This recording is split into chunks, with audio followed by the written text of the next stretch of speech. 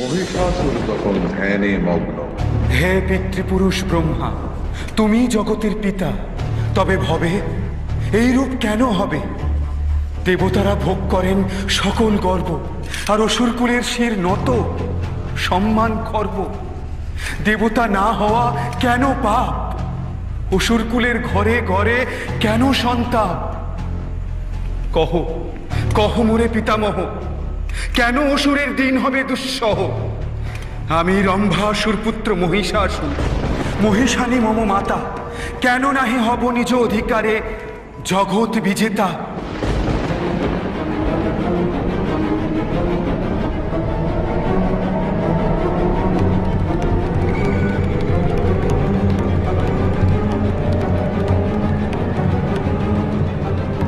হে মহিষাসুর, তুমি দীপ্ত, তুমি দৃপ্ত।